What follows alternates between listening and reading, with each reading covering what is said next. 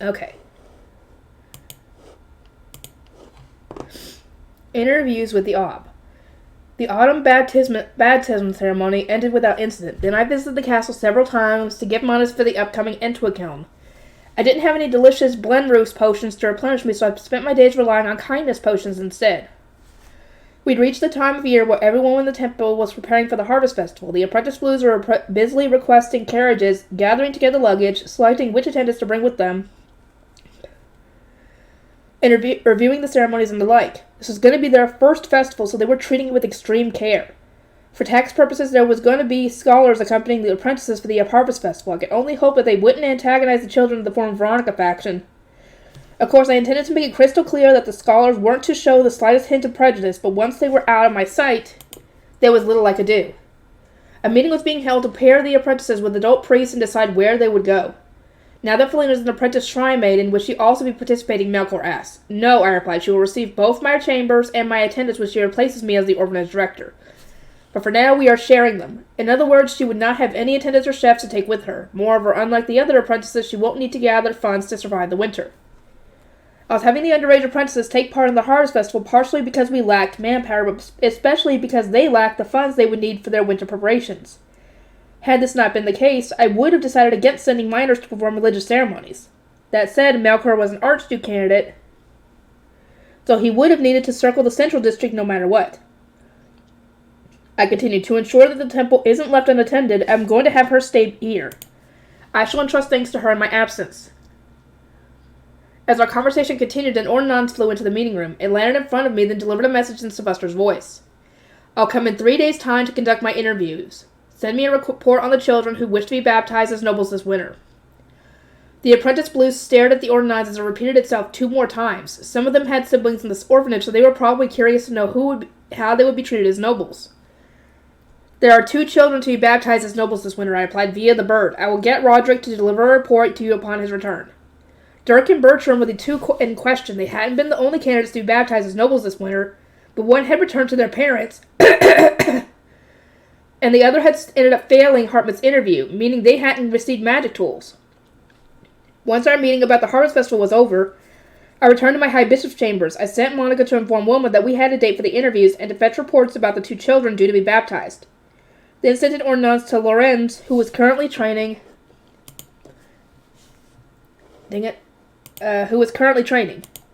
His younger brother would soon be face-to-face with the Archduke. I expected that he would want to give the noble, hopefully, some brotherly advice. I was reading Wilma's reports when Lorenz entered the room. Lady Rosamund, he said, I received an ordinance that the date of the interviews has been decided. That is correct. Please go to the orphanage and speak to Bertram. As a child without parents, he is going to be baptized with the Ob as his guardian, which means he will not be publicly recognized as your brother. Still, I hope that you will continue to care for him as much as possible. By noble standards, Bertram was a child without parents. It was considered entirely reasonable to say that he had stopped being Lorenz's brother from the moment he entered the orphanage. To be baptized as a noble, I said, one must have high grades and unbending readiness to serve Ob Ehrenfest and 0 intention of enacting revenge or anything of the sort. According to Wilma's reports, there's nothing wrong with Bertram's grades or his lifestyle in the orphanage. I see, Lorenz replied, looking relieved. However, I continued, I do not know about his attitude. He strives to be obedient in the orphanage, but will he show the same loyalty to Ob Ehrenfest? It seems to me that he might not want to serve without any reservations the man who brought out the death of his parents and made him an orphan. However, for him to live normally moving forward, please have a serious conversation with Bertram to ensure that he understands. Lorenz had given his name after his parents' execution, so I thought it would be good for him to explain how his life had changed, how he felt about the archducal family, and what he was doing to manage his emotions. Bertram had said that he wanted to re-enter noble society, but he was likely envisioning a return to the days before the Purge. My hope was that Lorenz would bridge the gap between expectations and reality. I am grateful for your concern toward the pre-baptism children, Lorenz said. It would not have been strange for them to be abandoned at any moment. I would have liked to help them more, my influence only extended so far. Plus, I was always being told not to reach beyond my means. Lady Rosamund Felina interjected. Should we not also speak with Dirk? Indeed, he needs a bit more Heartspell practice, but otherwise he is doing fine. Dirk had only started taking his Heartspell studies seriously after he received a magic tool, but still. Rosina visited the orphanage on occasion, and she had reported that he would pass his debut without issue. I continued, Dirk had the courage to speak frankly to Hartman, and it seemed obvious that he had a goal to work toward. His interview with the Ob should go just fine. He also understands that he lives in the orphanage only by the grace of the Archducal family, something that the noble children have yet to realize. So I see no reason to doubt his loyalty. I do have one concern, though. He appears to lack the attitude and common sense of a noble. Please do your best to convey this to him. As an Archduke candidate, I cannot serve as his example. Yeah, you better not. You better not serve as the example on this one. Dirk would need to live as a noble while others assumed he was a child of the former Veronica faction. A lay noble would serve as a better reference point for him than an Archduke candidate. Feline nodded and said that she would do her best. Daniel, I would also like to ask you to guide him as well, I said, and on that note, Roderick, deliver Wilma's reports to the Op, as once. It was the day of the interview, and Sylvester had arrived with 6 retainers, 2 guard knight attendants, and scholars each. I went to greet him, but he met me with a grave expression. My only concern is whether the orphans can be of any use to me, he said, so hold your tongue and respect whatever decisions I make. Saving their lives was generous enough. I don't intend to carry around any dead weight. Yeah, I can understand that. So essentially, if they fail the interview, then they could just live in the orphanage as blue robes, essentially. I would think. Correct? Let me know. I understood that here in Jurgensmith, my desire to save the orphans out of sympathy was culturally abnormal. It was impressive enough that we had managed to spare them from punishment by association. That much was clear to me after my negotiations to save Ferdinand. So that would need to be good enough for me. I appreciate that reintegrating the children of the former Veronica faction is important, I replied, to both you and the rest of the Archducal family. As you have already saved their lives, I would not speak against whatever you choose to do with them. He looked at me for a moment, then relaxed a bit, and said, all right, that's all I needed to hear. It was time to begin the interviews. As the person in charge of the orphanage, Wilma brought Dirk and Bertram to us, then gave her reports on them. Sylvester had already received them from Roderick, but he nodded along. I could tell from the serious glint in his eyes that he was closely scrutinizing the 2 orphans. I see you both have been working as hard as you can, he said. You have excellent grades for one thing. Dirk, I'm told you need to practice the Harshbo a bit more. But you, Bertram, have nothing to improve upon. Sylvester paused, then continued, Dirk, if you go through with this, everyone in noble society will assume you are the child of criminals from the former Veronica faction. Your new life would be anything but kind to you. And I say that in all seriousness. Do you still wish to become a noble? I do, Dirk replied with a firm nod, his dark eyes shining. Just as Lady Rosemine protected us, I wish to protect the orphanage, but I can't do that while I'm an orphan. I want to be a noble no matter how much suffering it might cause me. Dirk was stating his end goal as openly as when he'd spoken to Hartman, while also expressing his gratitude for having been given a magic tool in the first place. His every word was delivered with nothing but sincerity. His parents hadn't been executed or anything of the like, so he held no malice toward the Archduke. Even with the rejuvenation potions from Lady Rosemine, he went on, I haven't managed to store half as much mana as Bertram, but I will manage to fill my tool in time for the Royal Academy. Sylvester's expression softened in response to this straightforward declaration. Both of you are going to be seen as children of the former Veronica faction. As a result, when you come of age, you will each need to give your name to someone in the Archducal family. Dirk, how do you feel about that? The children of the former Veronica faction had given their names to avoid being deemed guilty by association, and the apprentice blues and those from the orphanage would inevitably be lumped in with them. Dirk didn't actually have parents from the former Veronica faction, but as he was leaving the orphanage to become a noble, he would receive the same negative treatment as everyone else. Upon hearing this explanation, Dirk looked quizzically at Sylvester. I get to choose who I give my name to? In that case, I wish to serve someone who will protect the orphanage. As an orphan, you never know who might purchase you or take you as an attendant, or how they might treat you. I was told that in the past it wasn't rare for Grey Priests to be killed at the whims of their lord or lady. Compared to those dark days, having the option to choose who I serve is a blessing. Dirk's way of thinking was nothing like that of a regular noble. Sylvester gave a bitter smile, nodded, and said, I see you consider it a blessing. Well, I accept you as an Ehrenfest noble. I am honored, Dirk replied, and then quietly muttered, yes. In celebration, Sylvester turned to Bertram and met him with a steady gaze. You look as if you have something to say.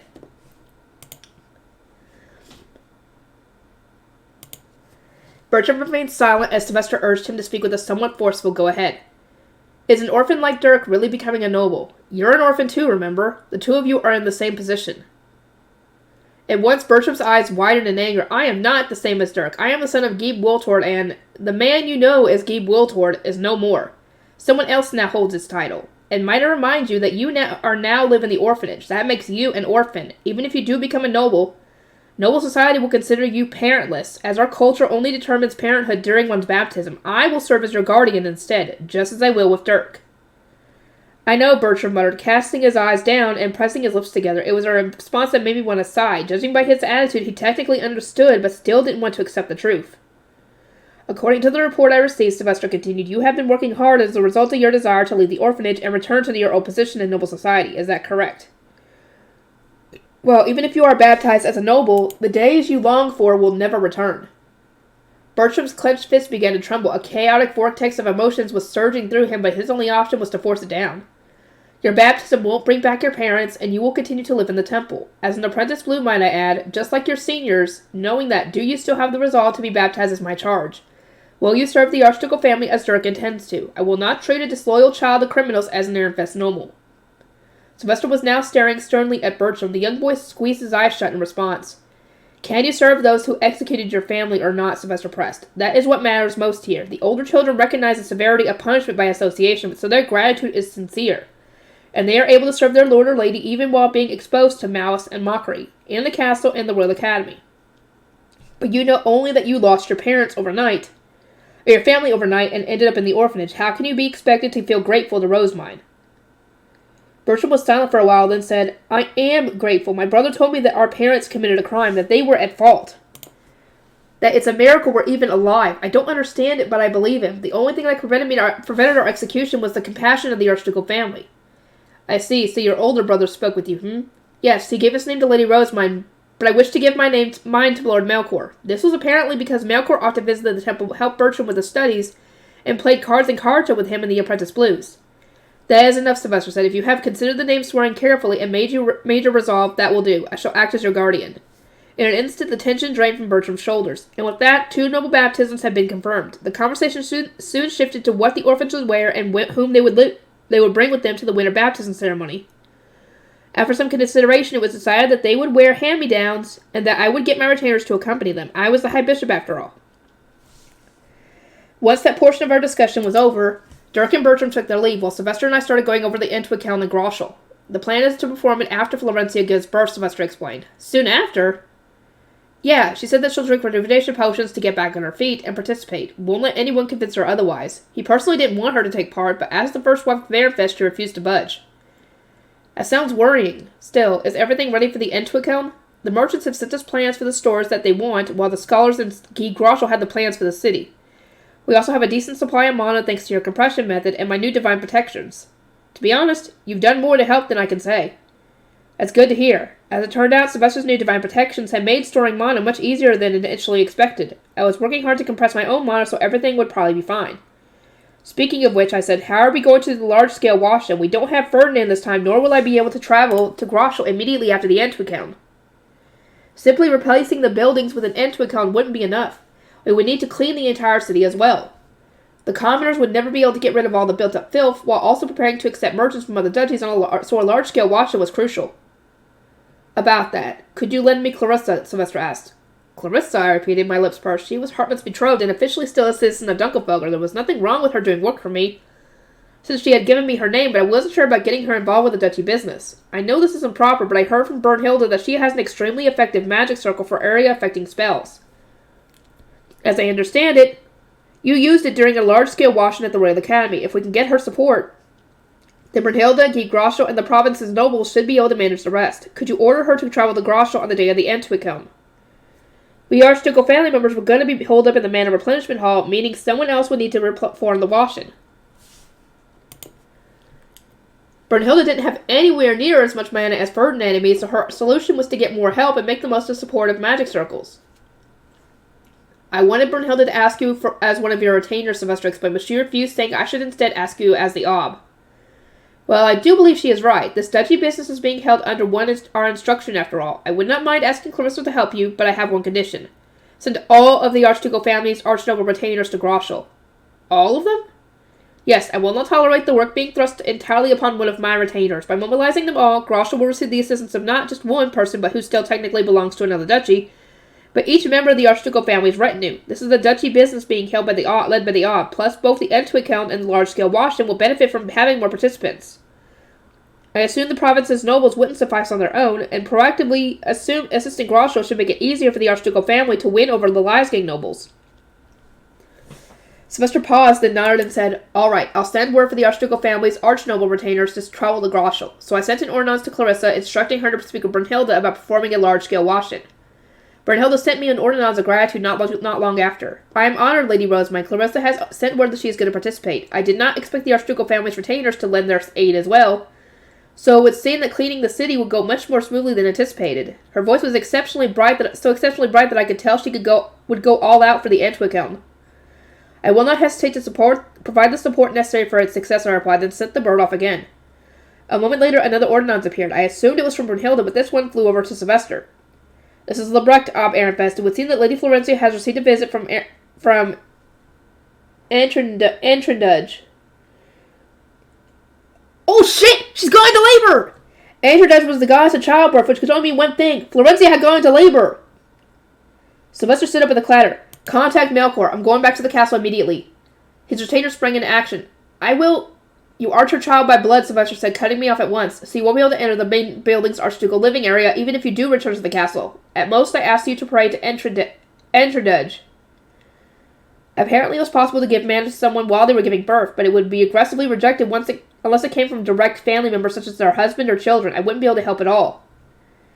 After seeing Sylvester and Melkor rush off, I returned to my hibiscus chambers, approached the small shrine in my room, and prayed to Antrindudge, the goddess of childbirth. Days later, Melkor returned to the temple. The baby was a girl. Nice! Dang! Only 2 boys and 3 girls. Technically...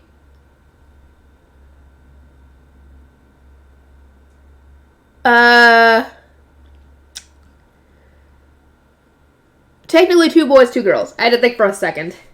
But Rosamund makes it 3 girls, 2 boys.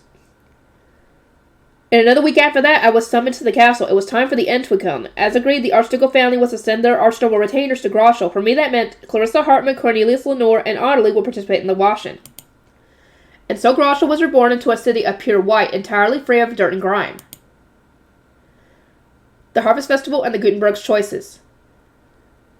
The Antwickelm had ended without incident. I had spent the entire time holed up in the castle's mana replenishment hall, offering my mana so my retainers would give me a thorough report on what I'd missed. We'd all performed the wash-in together, Cornelius began, and Groschel turned beautiful in the blink of an eye.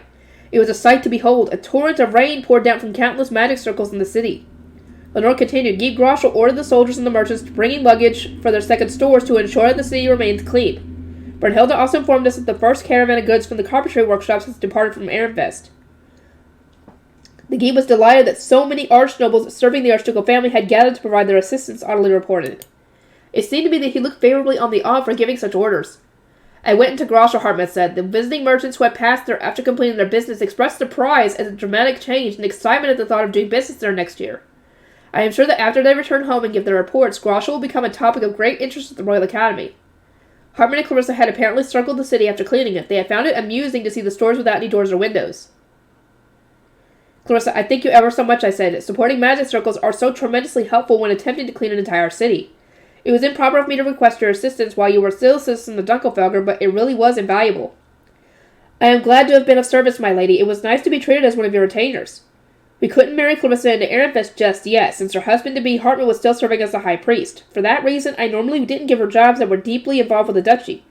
She assisted me, but she never accompanied me to the temple, for example. The situation had evidently made her worry that she wasn't being of any use to me now that the Archduke conference was over. Your assistance in brewing our Fey paper has been more than enough, in my opinion, I said. Still, it hadn't done much to make other people recognize Clarissa as my retainer. It was good to know that this excursion had been meaningful to her on a personal level. The visiting merchants returned to their duchies as the harvest festival grew near. This year, Clarissa was heading to the provinces of the Guives she had visited for spring prayer, or Charlotte was doing that, while Wilfried, Melkor, and I were divvying up the central district. The Blue Priest would take care of the rest of the Guives. Hartman, I said, I will entrust the Lasgan Guives, whom Wilfried visited last spring, to you. Of course, anything to ensure you do not spread yourself too thin, Lady Rosamund. I understand that as well as helping with the central district, you are overseeing the monastery's handover and visiting the Guives near Kernberger. I needed to transfer the protection magic in Haas's monastery and my hidden room to Melkor, then retrieve the Gutenbergs from Kernberger. As always, Daniel and Angelica were going to guard me during their harvest festival. That left only my temple attendants and other personnel. I watched them prepare out of the corner of my eye. Their deliberate movements spoke to plenty of experience while distributing work to my retainers who were staying behind. Some were going to rest so they could take Daniel and Angelica's place when we returned, while others such as Feline planned to look after the temple in our absence. As for the underage retainers, I advised them to study for the Royal Academy. There was no better opportunity than when their lord or lady was absent. I made my usual arrangements regarding carriages and guards, instructed the children of the orphanage to work on winter preparation, and purchased more fireproof paper made in the workshop through the planting company before having it moved into my library. I also started visiting my library's workshop on a regular basis, dedicating as much time as I could to making the paper Ferdinand wanted. Ideally, I'd like to bring it with me to the Royal Academy. That way, if Ferdinand stays in Ehrenfest's tea party room again, I can give it to him in person. I don't know if he will or not. The day of departure was finally upon us. First to leave were the blue priests going to the games provinces and their apprentices accompanying them. The adult priests looked very uneasy as they made their last few preparations. Never before had apprentices this young been made to participate. Camp for a free tick, I said. Please look after the young apprentices. It won't be easy by any means, but I trust you to keep everything under control. And apprentices, while you might think of yourselves as superior, since you were baptized as nobles, status means nothing among blue priests in the temple. You would do well to listen to your more experienced elders. I was taking extra care to emphasize that we had no patience for ignorance, and that they weren't to cause any trouble. The last thing we needed was the apprentices trying to flaunt their noble authority when there was nobody around to stop them. I continued, the scholars assigned to tax duties have been told not to act harshly toward you, but as it stands, most of them are Liesgang nobles. They might provoke you or speak maliciously about the former Veronica faction. In either case, control your emotions and report whatever was said to Melkor and me. Florenzi had already managed to manipulate the Liesgang elders, and after our last conversation, I suspected that they had realized that I wouldn't support them simply because we were related. I didn't expect the priests to be treated too poorly if they stressed that they had the Archducal family's support. The apprentices responded with tense nods, and they climbed into their carriages, which slowly departed one after the other, containing their luggage. Or after the ones containing their luggage, sorry. After I said my farewells, it was Hartman and Charlotte's turn to say theirs, and they were going to travel via their high beasts, so their luggage and attendants were setting off ahead of them. Charlotte took the opportunity to speak with me about our newborn sister, then saw off the Greys in her carriages. Though she had come to the temple, she wouldn't be leaving with her retainers until tomorrow. Last to leave were the Archduke candidates, who due to circle the central district. Wilfrid went first, following shortly after by Melkor's luggage. Melkor himself was going to travel atop his guard knight's high beast. I exchanged a few words with the replacement Grey priest being sent to Haas, then greeted the soldiers who would accompany them on their journey. Dad was naturally among them, and the cord around his neck told me that he was wearing his crested face stone. We will be in your care once again, I said. You may count on us. Even that brief exchange was enough for me. After seeing off the carriages departing for Haas, I produced my panda bus and got my attendants to begin filling it with luggage. Your high beast is so convenient, sister, Melkor said. I want to have one of my own. According to Charlotte, one needs quite a lot of mana to change the size of one's high beast. You will need to work hard to compress your mana after you join the Royal Academy. He pursed his lips, clearly displeased. Father said that your move to the sovereignty means I won't get to learn your mana compression method. I suppose that's true. We haven't been able to meet the necessary requirements since Ferdinand moved, so we couldn't teach it this year. And now that I'm leaving as well, we should probably put that contract to rest. Mana compression was supposed to be personal. Nobles would work hard to come up with their own methods and then stick to those. Matthias had informed me that Georgine was using a multi-step compression method of her own, for example. In any case, since I was a royal, I intended to publicize knowledge of the underground archive. Students who wished to experiment with mana compression would simply need to go there. Pay close attention to the methods that other people used and decide what works best for you, I said. Oh, and study the ancient language. That's the most advice I can give you. I'm already studying so that I can read the Bible, Melkor replied. Then he sighed and slumped his shoulders. Looks like I've still got a long way to go, though. I climbed into Leslie and traveled to Haas, surrounded by Melkor's retainers, then opened the monastery's hidden room. I got Monica to start cleaning up inside and my chefs to begin their work. Then, after giving a few more instructions and exchanging some preparatory words with Melkor, I went to Haas's winter mansion with Fran and my guard knights. Richt, there's going to be a new high bishop next year, I said. I have brought him here today to introduce you. From there, we performed the ceremony and watched a heated game of Wharf. The next morning saw me going over the taxes with the scholars before heading to the monastery with Melkor. It was time to begin the handover. Melkor, this is the monastery's protected face stone, I said. You will need to supply it with mana twice a year, during spring prayer and the harvest festival. For now, pour mana into it until it changes color. In the future, if you are worried that you might not have enough to provide, then you can prepare face stones to use. It might be a good idea to have Wilfred and Charlotte assist you with that. To think you did it all on your own, Melkor muttered. He sounded upset, but it was unreasonable to compare us. I'd spent every single day as a child desperately compressing my mana. My life depended on it. Plus, such intense compression from a young age stunted one's growth.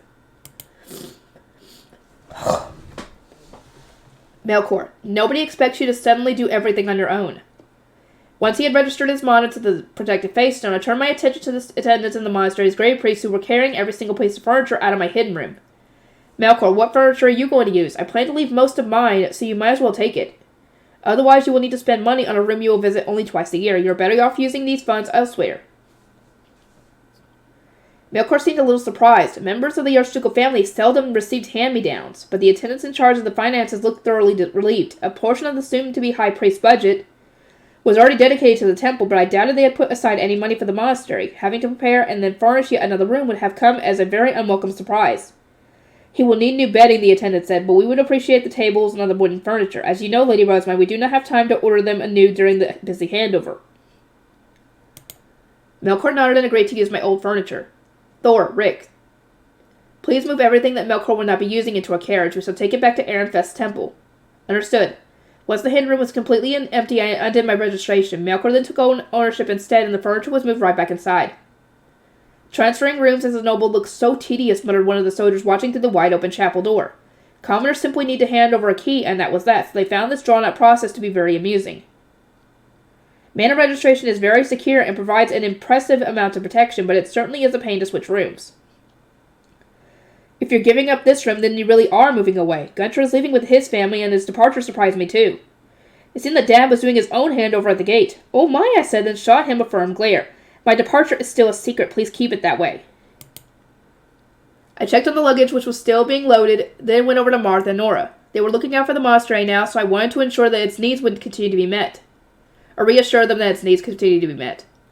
There is no need to look so worried, Marth. The exchange between Haas and the temple will endure even after I leave, and the monastery will remain. Yes, my lady. Furthermore, the soldiers who provide their assistance will continue to be rewarded. Please work closely with them. Understood. I advised Melkor to keep hiring the soldiers. They were a great source of valuable information, which he could sell to Sylvester to augment his funds. My merchant-like wisdom had taken his retainers by surprise at first, but they had quickly come around to the idea when I compared it to selling information obtained at the Royal Academy. Judging by the serious looks on their faces, they were going to wring as much money out of this Archduke as they could. Once the handover was complete, Melkor headed south while I went east.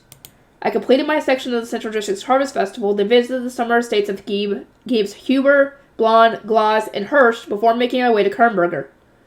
There, I went through the usual routine. I greeted the Gieb, performed the ceremony for him, and took care of the taxes the next morning. Once we had finished our checks, it was time to retrieve the Gutenbergs and depart.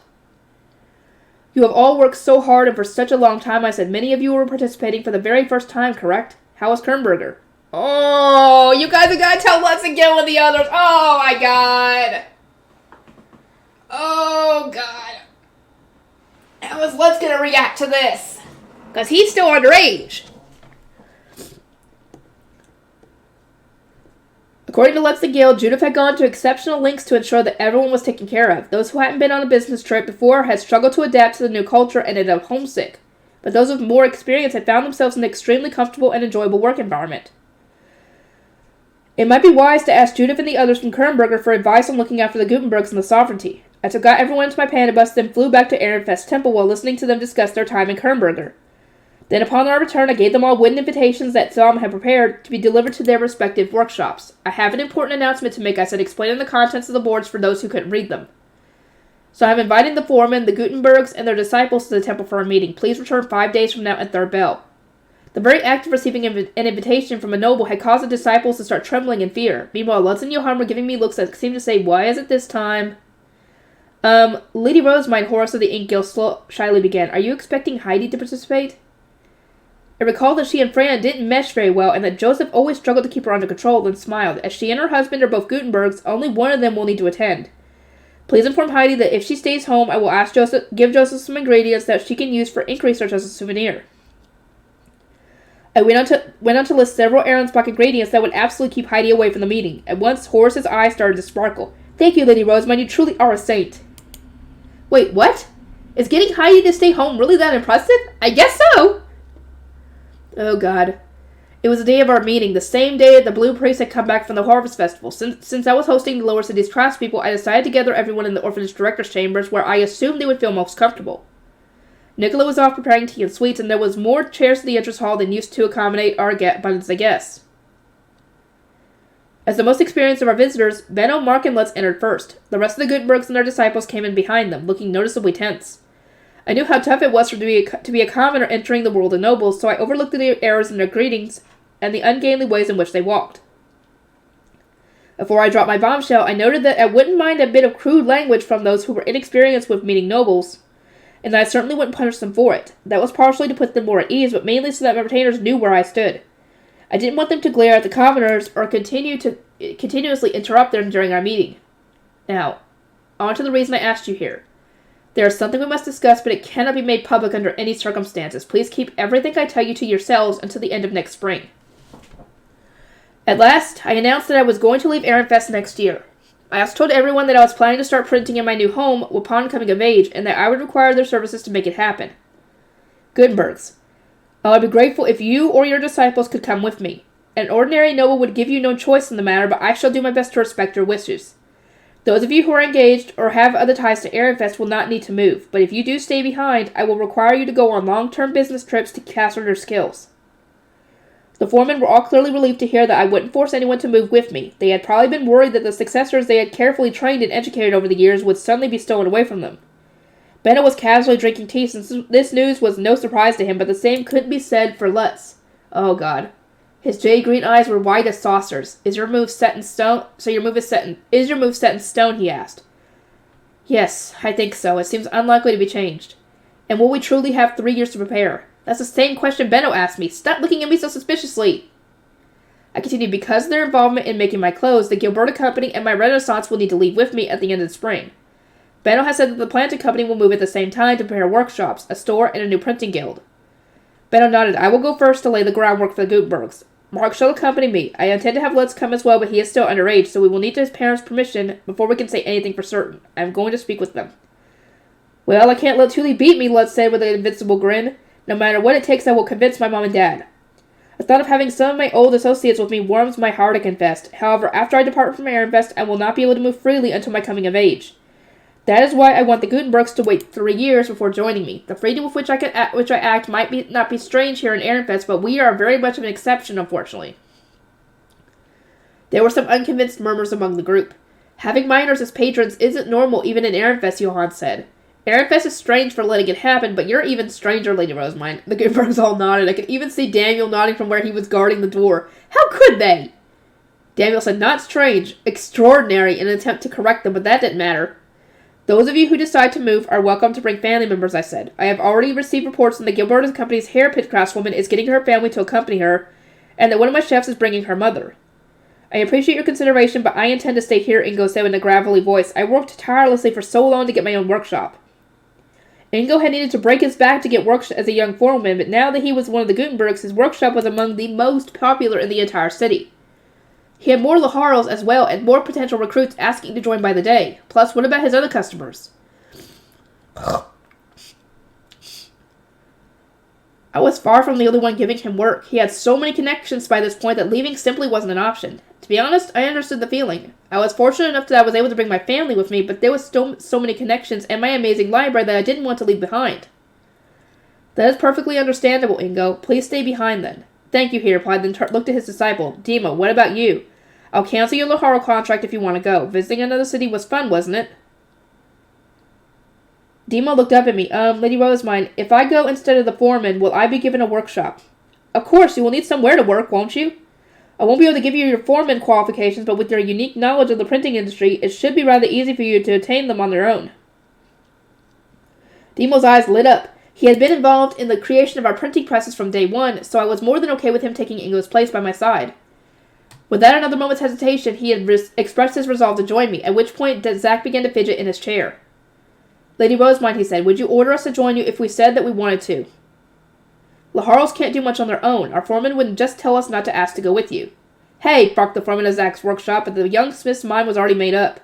His gray eyes were burning with an eagerness to accompany me. He hadn't changed at all since he first strove to become a Gutenberg. Anytime I go somewhere new, I get so much inspiration for new ideas, Zach said. I also love the thought of putting my name on something in another city. It's not really another city. It's more like the cat. I guess if you want to think about it, I still don't get it. I don't even know the equivalent for this, because it seems like Ehrenfest is either like a state Or it's not a country because Jurgensmith as a whole is the country. So I guess a state if you want to think of the United States, and then the cities in Ehrenfest, where the Geeves live, are cities in the state, I guess. I know I've already touched upon this, but I still don't get it. Both my name and Zach's could already be found all over Ehrenfest, on the city's pumps and its modified carriages. Now he wanted to leave his mark somewhere else. I couldn't help but admire his ambition, and if accompanying me was what he wanted to do, I would readily command it. His creativity and talent for making schematics were beyond compare. Very well, I replied. If you wish to come with me but your foreman refuses to let you, I will give you an order. However, do consult your new wife first. Oh, don't worry about her. She's always telling me how much she wishes she could travel with us Gutenbergs. Still, Zach, consult her. You should not make a decision for someone else when she does not even know the circumstances. I will give my order afterward. Yes, the Gutenbergs went on long business trips, but they did so knowing that they would eventually return to Ehrenfest. Moving all the way to another region was incomparable. Zach and his wife would need to have a very serious discussion so that their marriage wouldn't end in divorce. I expect Heidi will want to go, Joseph said to his foreman Bierce. How would you feel about that? Forget about her, Joseph. You're my Baruch certified successor, remember? The two put their heads in their hands, agonizing over the situation they found themselves in. Bierce was prioritizing Joseph over his own daughter. Joseph scratched his head. Horace, do you think you could get a Baruch certification? Me? Horace exclaimed. Such certifications were handed out by the head of one's guild and only in recognition of an achievement that had impressed the existing Baruchs. Obtaining one was mandatory for anyone who wished to become a foreman. Of course, I didn't have a Baruch certification, so while I'd already created my own thriving workshop, I still wasn't seen as a proper forewoman. Incidentally, there were a very few workshops under the printing and plant paper guilds, and the ones that did exist had no Baruchs to speak of. To compensate for this, the guilds were going to grant certifications to anyone who received Benno's approval. One needed to have a decade of experience to officially become a Baruch, and I suspected that the craftspeople working to develop new kinds of paper in Ilgner would start receiving their certifications as soon as they met that criteria. Horace, attaining a certification is bound to be much easier than trying to keep Heidi under control, Justice said, sounding defeated. And if you marry Tana, the workshop should do just fine. I didn't know anything about this Tana person, but she was probably related to the foreman. Bierce nodded, looking equally defeated. Yeah, that's more practical than containing Heidi. Besides, you already know how to make the ink. It's best to leave that research-addicted, money-draining idiot with her patron. It was a crazy reason to let his daughter and successor leave Ehrenfest. Horace was still in a daze, but he had just been made his workshop successor out of nowhere. But I wished him luck nonetheless. I don't know about moving, Johann said, regretfully shaking his head. I'm engaged to my foreman's granddaughter, so... The foreman in question looked quite solemn as well. I'll need some time to figure out which of my workers I'm going to send, he told me. Please contact Benno once you come to a decision, I replied. The matter is not urgent, not for now at least. Thank you. I received an update from Benno the very next day. The foreman's granddaughter wanted to marry Danilo, not Johann. Oh! Poor Johann! In her words, the former was approachable and a good conversationalist, whereas Johann was quiet and always focused on his work. As for the foreman's stance on the matter, Danilo had plenty of patrons while Johann only had me. It was pretty clear which one he would want to keep at Ehrenfest. The foreman said to tell you, take good care of Johann, Gil reported. Johann is glad that he could continue to follow you, but he still seems quite depressed. I sympathized with Johann, but it was obvious that Danilo would be more popular with the ladies. Plus, the foreman's granddaughter is young, and Johann is acquired taste. As a side, Gil suddenly looked conflicted. Lady Rosamund, I've got to say something, he began, sounding cruder than usual. Perhaps because he had just recently returned from Kernberger, where he had spent so much time with the lower city merchants? It reminded me of the old days when he had been worried about getting kicked out of my retainers. Feeling nostalgic, I took a crested face from my drawer and held it out to him. Gil, in 3 years' time, I would ask you to join me. That is why I want you to have this. It's a mark given to everyone whom I would want to accompany me later down the road. Gil smiled and happily accepted the face stone. While I'm at it, I shall also give face stones to Wilma and Nicola. Nicola was going to move with Feline when she came of age, while Wilma would stay with Elvira until I came of age and sent for her. I summoned them both to my high bishop's chambers and presented them each with a face stone. Nicola accepted it at once and said, no matter where you go, I might work my very hardest for your sake. She was staring so intently at the stone that I worried she might burn a hole through it. Will you become my personal artist, Wilma, I asked, or would you rather serve my mother? I would much rather serve you, Lady Rosamund, she replied, and accepted the face stone. Lady Elvira is an excellent customer, but you are my lady.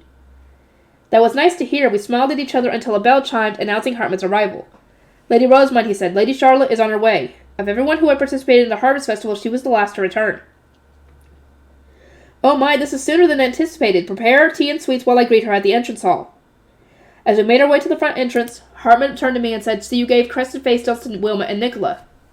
I couldn't help but notice that one of said stones gleaming on his chest. They were meant to protect those of my retainers and personnel who were having to delay their move, so it served no purpose for him, but he and Clarissa fought tooth and nail to receive one each. Damien had worried that the couple might start lashing out at their face stone-wearing colleagues if we didn't meet their demands, so my hands had been more or less tied. Hartman was pleased at least. Hello, Sister, Charlotte said, announcing her return. Welcome back, Charlotte. You must be weary from your journey. Would you care for some tea? I would, thank you. I invited Charlotte to my high bishop's chambers, then listened to her tales of the harvest festival. Crop yields had increased dramatically in the northern province as a result of the spring summoning ritual, and the commoners apparently lived much more comfortable lives. Groschel completed its end twicum, she said, so I said that next year, if we store up enough mana, we might be able to remake their ceremonial state platforms. If we persevere, we should convince the northern nobles to support the archducal family. Charlotte is so skilled when it comes to noble socializing. Nicholas soon came over with some tea and other refreshments. The face stone I'd given her was already adorning her neck, indicating that she'd made it into a necklace right away. Charlotte saw it as well and stared in surprise. It was rare to see a Grey wearing any accessories at all, let alone a face stone. Oh my, is that the Rosemine Workshop's crest, she asked. I saw Hartman wearing one earlier, but what do they mean?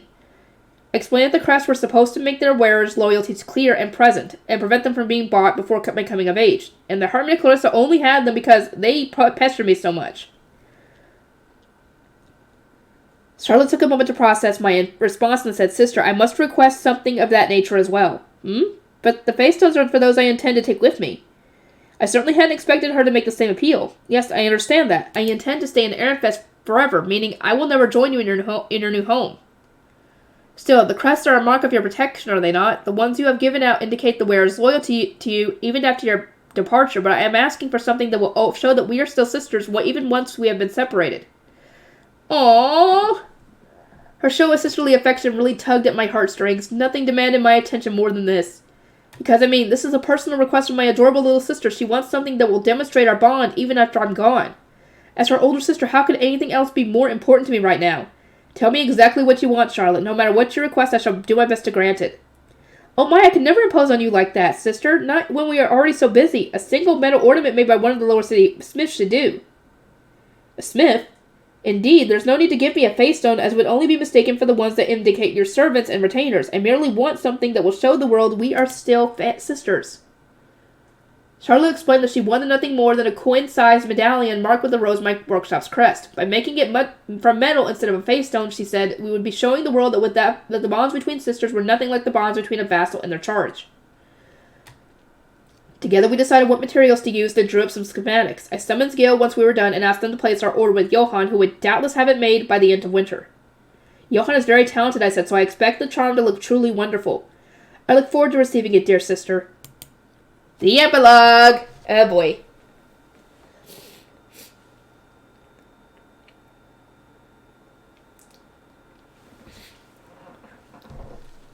Okay, it looks like the epilogue is in Lut's point of view.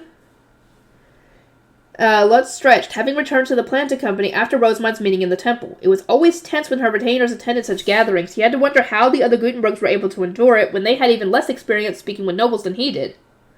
Whew, talk about exhausting, Benno grumbled. We are fortunate that none of the craftspeople earned the noble's iron, Mark added. They both stretched as well, then returned to their rooms to change. The formal clothes they had to wear when dealing with nobles always made their shoulders ache. Lutz had only needed to dress in his usual apprentice uniform, so he prepared tea while waiting for them to return to the office. Speaking of which, Master Benno, have you been told more about Rosemine's move? Les asked. Very few details have been shared during the earlier gathering at the temple, but Benno had met with Rosemine in advance of the meeting. Maybe he had learned something there? Benno waved away the question and said, The most I know is that she's going to the sovereignty. He had always been told not to spread that news, especially since to the lay nobles they were working with in the printing industry. It seems like she's caught up in something big, Lutz commented. Still, don't tell anyone. Whether you're here or at the temple, who knows how it might spread. Lutz nodded. He was used to keeping secrets about Rosemine. Also, Benno continued, plans involving Rosemine always end up being accelerated, and expanded. From today onward, make sure that you're ready to leave at a moment's notice. The call could come whenever. He was speaking from experience. Lutz nodded again, sharing the same concerns on plenty of occasions. They had suddenly found themselves with much less time than anticipated. Anyone who was used to being Rosemine's personnel knew to always be 2 steps ahead. After we leave, I plan to entrust business with the temple's workshop to Damien and Milos, Benno explained. They've been taking care of your work whenever you've been away on business, so the handover should be a breeze. I'll need you to give the place a thorough inspection, though. Make sure the right person's still in charge and that everyone will continue to work well together. You never know when a noble might worm their way inside.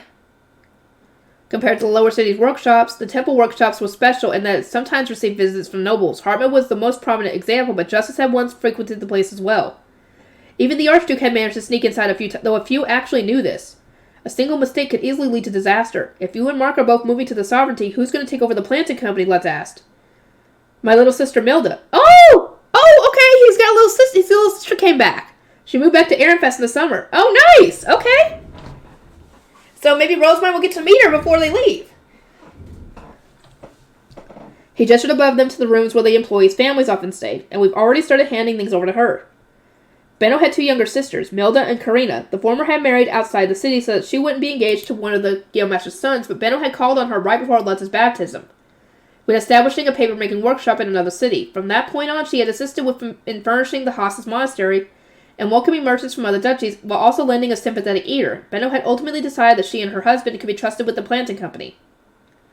Lutz had met Milda several times before. She looked similar to Karina and came across as very sweet, but a smile like Benno's spread across her lips the moment she caught the scent of profit. Of course. Focus on your own move, Benno said. Rosemine mentioned that her personal can bring family with them. Speak to yours and find out what they intend to do. Once we're gone, who knows when we'll next have a chance to return to Ehrenfest.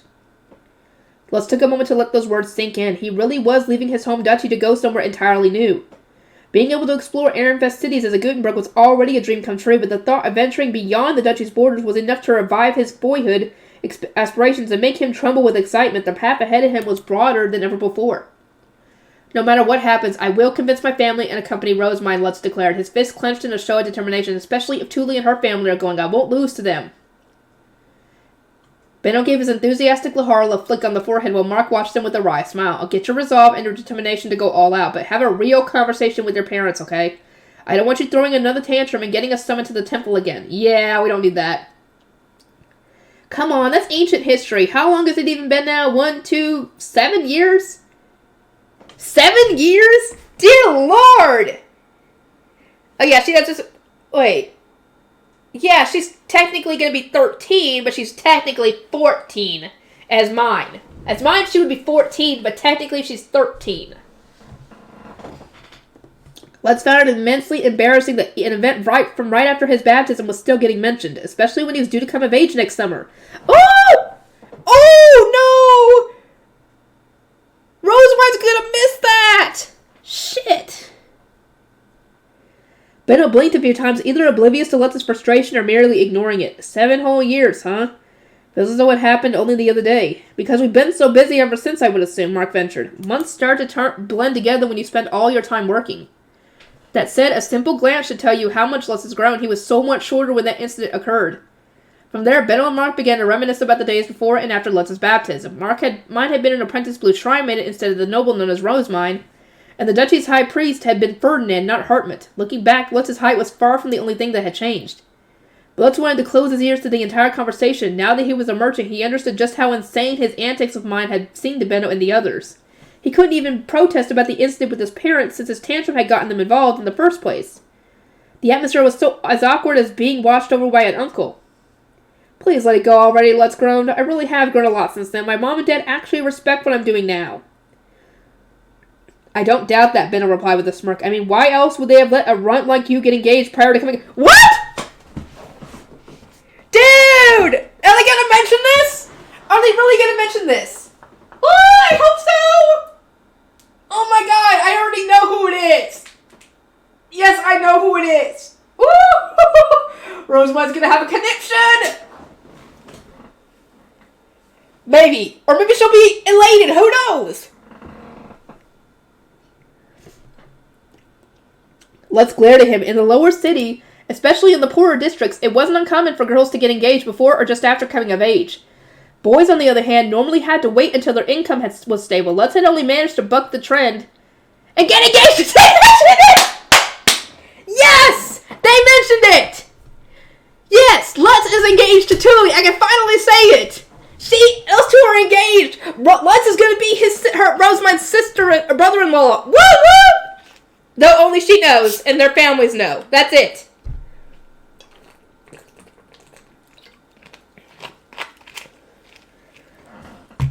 Woo woo! We finally get to mention it! Yes! Yes, I got spoiled on this. I got spoiled on this, big time. And get engaged to Thule so soon because of their personal circumstances and the fact that he was already on a good salary. I'm going to give you some time off work, Benno said, so have a proper conversation with your parents, okay? Oh, and before you go home, drop in on Thule, would you? I don't think you've seen much of each other since your engagement. Benno and Mark knew all about the couple's family circumstances, both because they were aware of the Rosemine situation and because they were providing all manner of support when it was needed. Have you prepared those presents for her, Benno asked. Yeah, everyone kept pestering me about them. For various reasons, the engagement had been arranged in a hurry. There was no knowing when they would need to leave Ehrenfest, but that didn't make it any less legitimate. Everyone had told him time and time again to prepare gifts for his new fiancée. Oh my god! Yes! Oh, this is gonna be so good. I hope that Maya ends up continuing with this story in the future. Because I would love to see Lutz and Thule having kids, and mine and whoever she ends up engaged to having kids, because I know who she gets engaged to. At least, as far as, volume 8, I think? I don't know if it'll stay that way, but we'll see.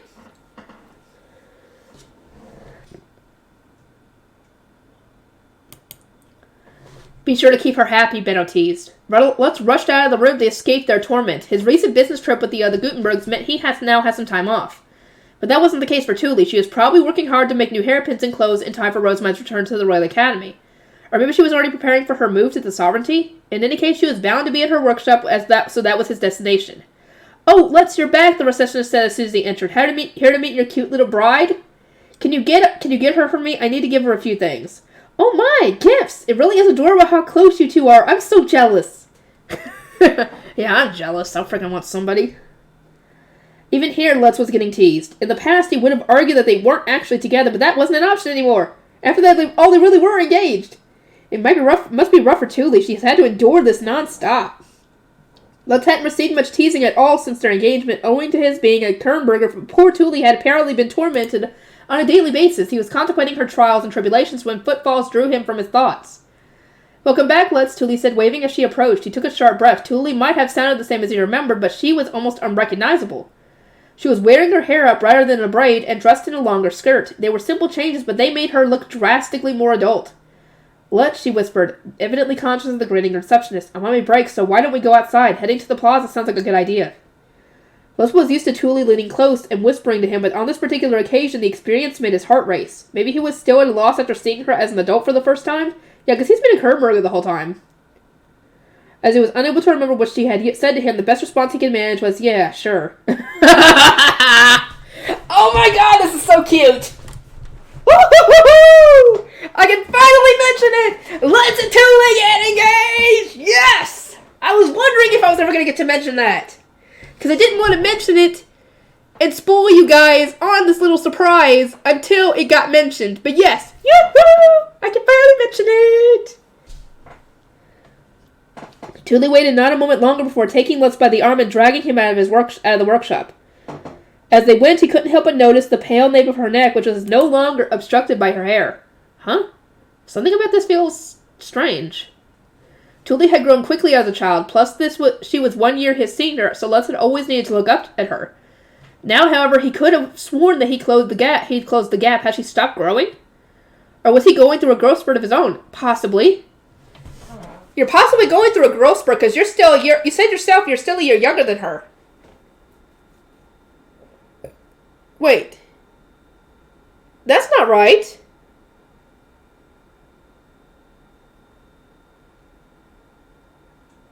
I could have swore that mine was 2 years younger than Thule. Wasn't she?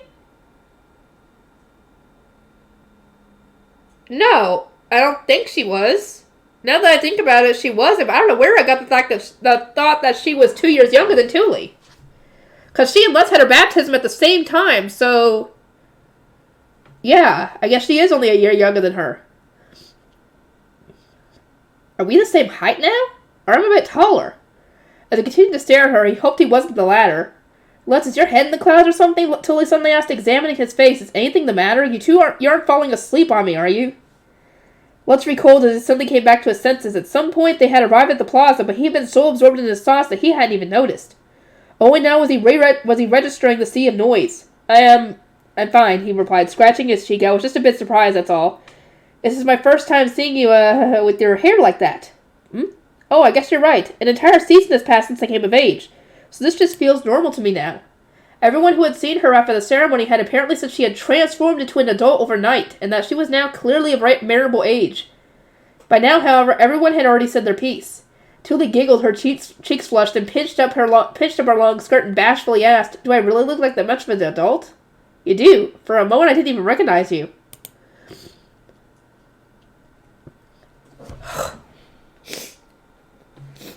Ugh. My nose, I hate that I get stopped up. She looks so cute! I swear to God! He looks adorable too. I'm glad that those two get engaged. They're perfect for each other. They both know mine's secret. They both are her personnel, essentially. And yeah, there's no better pick for her, essentially. Tully gasped, not expected such an honest answer, then quickly averted her gaze. She took a seat on the edge of the fountain, patted the space beside her, and said, I assume you heard about the sovereignty. Lutz sat down beside her. I promised to go with her no matter how much of a struggle it might be to convince my mom and dad. In fact, I'm gonna speak to them when I get home. He was pretty sure they would give his permission, but Benno's mention of the past had made him less certain. Well, I mean, as long as you two are planning on keeping the engagement, they should let you leave if they know that Tully and the others are going too. You know? Because, I mean, why would they separate you from your bride-to-be, you know? You don't have anything to worry about, Tully said with a smile. Dad was just telling Auntie Carla and Uncle D that they will take care of you, since our whole family's going. Huh. I'll need to give your dad my thanks, Lutz replied. Gunter's support would make things a lot easier. It was already doing wonders to raise his spirits. Nice! Okay, so he doesn't even have to convince them. It's so weird that she's calling them Auntie Carla and Uncle Deed when they're gonna be her in-laws. Oh, it's gonna be so weird.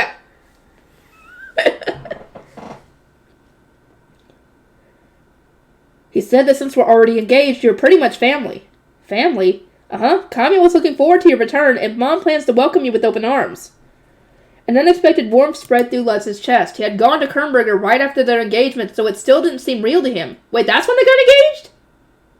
Okay, I wonder what brought that on.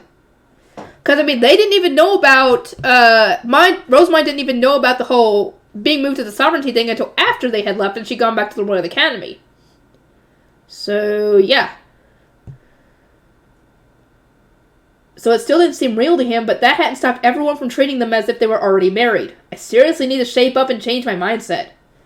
In the meantime, Tully brought him up to speed about her family. Camille would start doing apprentice work for the planting company after his baptism and was due to become the first Laharl apprentice of their new store in the Sovereignty. He said that he was glad to have chosen to work for the planting company. If he hadn't, he would have needed to find a new job now or become a live-in apprentice, so... Alright, that would have been a nightmare. You can't just change jobs in a season or two.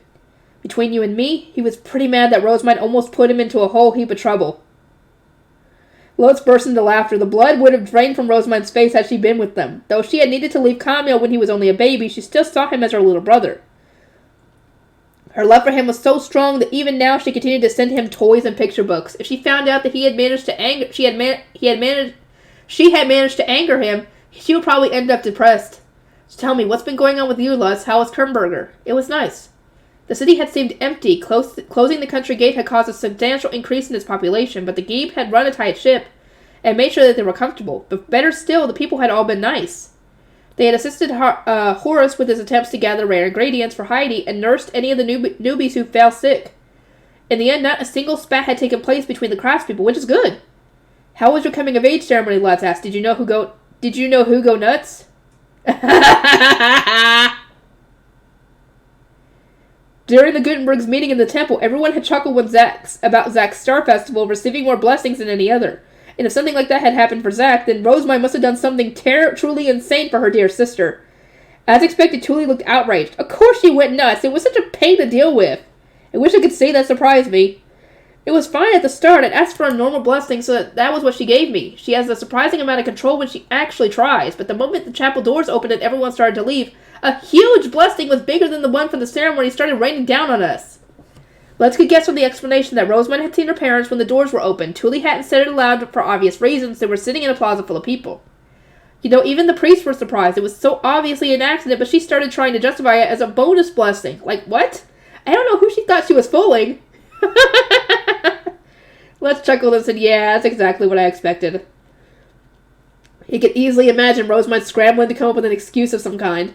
I can't help but think, what are you doing? Mom and Dad were holding back laughter, but I made sure to give her the glare of a lifetime. Good call, that probably did the trick. You look real scary when you're mad. Don't be mean, Let's apologized to the pouting Tuli, then took out one of the presents he'd brought in an attempt to win her over. Would this cheer you up? It's some embroidery done in Kernberger's traditional style. I also have this painting of some flowers that are rare here in Ehrenfest, but are blooming in Kernberger as we speak. Dima was kind enough to let me have it. Engel's carpentry workshop had Rosamund's exclusive business, meaning that they were responsible for creating any bookshelves, books boxes, or whatever else she ordered, and decorating them in a manner befitting the Archdoppedar of an Archduke. They had ended up needing to rush the doors and windows for the new inns in Groschel, so Stemo had started looking for herbs and the like that he could use in his designs, hoping to compensate with the furniture. You're always saying that you want to see rare flowers with your own eyes, right? Let's ask. Especially now that you see them incorporated into so many of the other orders you received from the duchies. I might not have been able to bring the flowers themselves back from Kernberger, but I thought these gifts would at least serve some inspiration. Yay, they're amazing! Thanks, Les. I've always struggled to decide which flowers to use. In a predictable turn of events, she was most excited about the presents she could incorporate into her work. Her blue-eyed green eyes sparkled as she closely examined the painting. Let's gave a wry smile, pleased to know that his struggle to convince Demo hadn't been in vain. Also, could you read these? He handed a stack of papers, stories from Kernberger citizens which he had written down.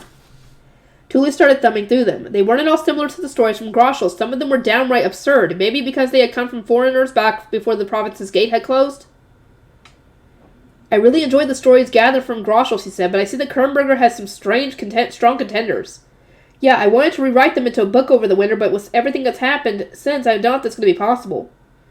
Benno had said that Lutz should prepare to leave Ehrenfest before everything else, since there was no knowing when their departure might be thrust upon them. Even then, he wouldn't be ready until spring at the earliest, and now that he was back from Kernberger, there was plenty of work for him to catch up on. He couldn't risk being unprepared and subsequently left behind when Rosamund's plans were inevitably brought forward. Tuli smiled in response to Lutz's complaining. Why not make it your first job once you've moved to the sovereignty?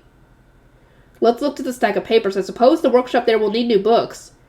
Saving the Kernberger stories for the time being would probably be better than using them now and then arriving in the sovereignty with nothing to print. First things first, though. You need to convince your parents. Lutz stretched and stood up. With the help of a quick push from Tuli, he watched as she went off with her new presents and started making his way home. At first, food.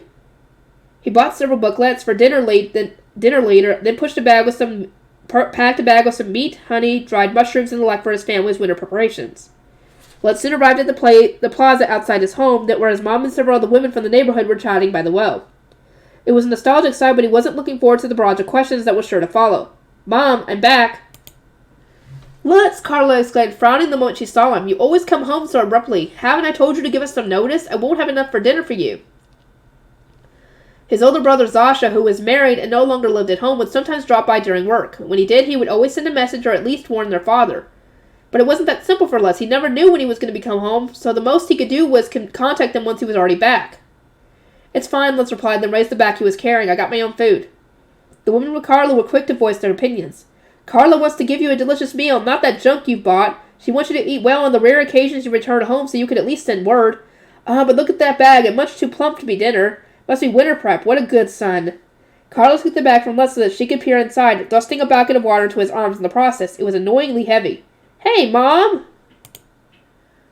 You rarely ever come home, Lutz. At least be a good son when you do. Lutz could only sigh and do as he was told. No matter how long he spent apart from his mom, nothing ever changed. It had been quite a while since he needed to carry a heavy bucket of water up 6 flights of stairs. From his time at the planting company and in Kernberger, he had grown used to living on the second floor. The voices of the neighbors grew quieter as Lutz made his way up the creaking stairs. By the time he had opened the door to his house and stepped inside, his mother had completely changed from the outspoken chatterbox down by the well. Now she looked at her son with an unusually solemn expression. Welcome home, Lutz. You have something important to discuss with us, don't you? Gunter told us a bit about it.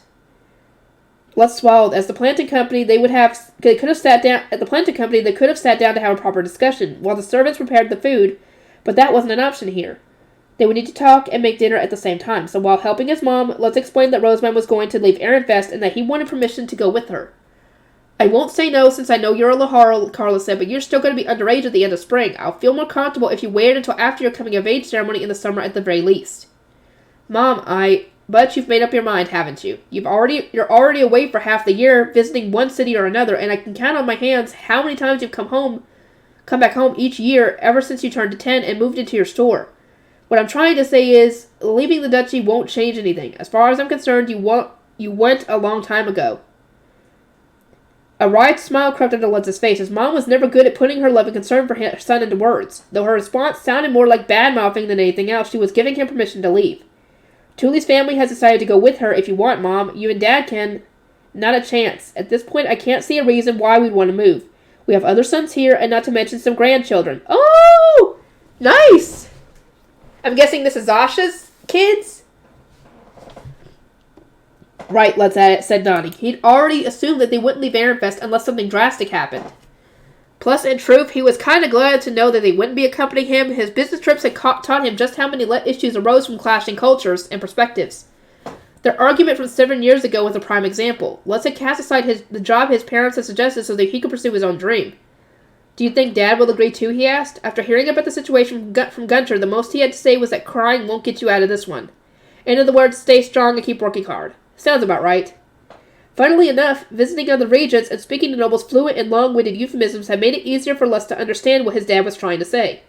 In this case, he had interpreted the response to his departure as praise, and if that turned out to be incorrect, he would simply blame his dad for not being clear enough. When he thought back to his days as a kid, misunderstanding things and getting hurt as a result, he couldn't help admiring how much he'd matured. What's so funny, Carla asked. Nothing, I'm just glad that you're both on board. Master Benno said that he didn't want me to throw another tantrum and get everyone summoned to the temple again.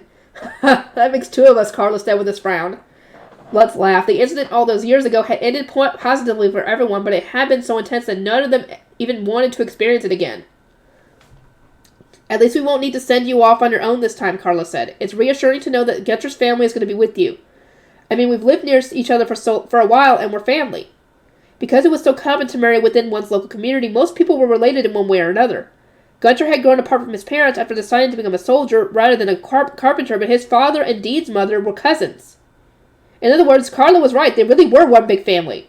So, Gunter's father and Deed's mother were cousins. So, were they like third cousins or something? Let me know. I don't know. Not to mention, she continued, you're engaged to Tully now. You've got a partner and a good enough salary to marry her whenever you're ready. You're far beyond the point of needing your mom to worry about you. My work as a parent is more or less done. It was said in the lower city that a parent's job was only done when their child married. Lutz hadn't made it that far just yet, but he was close enough that his parents couldn't really complain. As Lutz looked at his mom, he could sense that she was trying to soothe her own heartache more than anything else. Having to put part of one's child was never easy. You chose this path, Carla said. Follow it all the way to the end. Accepting his mother's feelings, Lutz gave a firm non-response. Okay, the rest of this is going to be the next video. I hope you guys are excited for more, because not this next video, but the one after that is going to be Volume 7! Yes! I'll see you guys in the next one.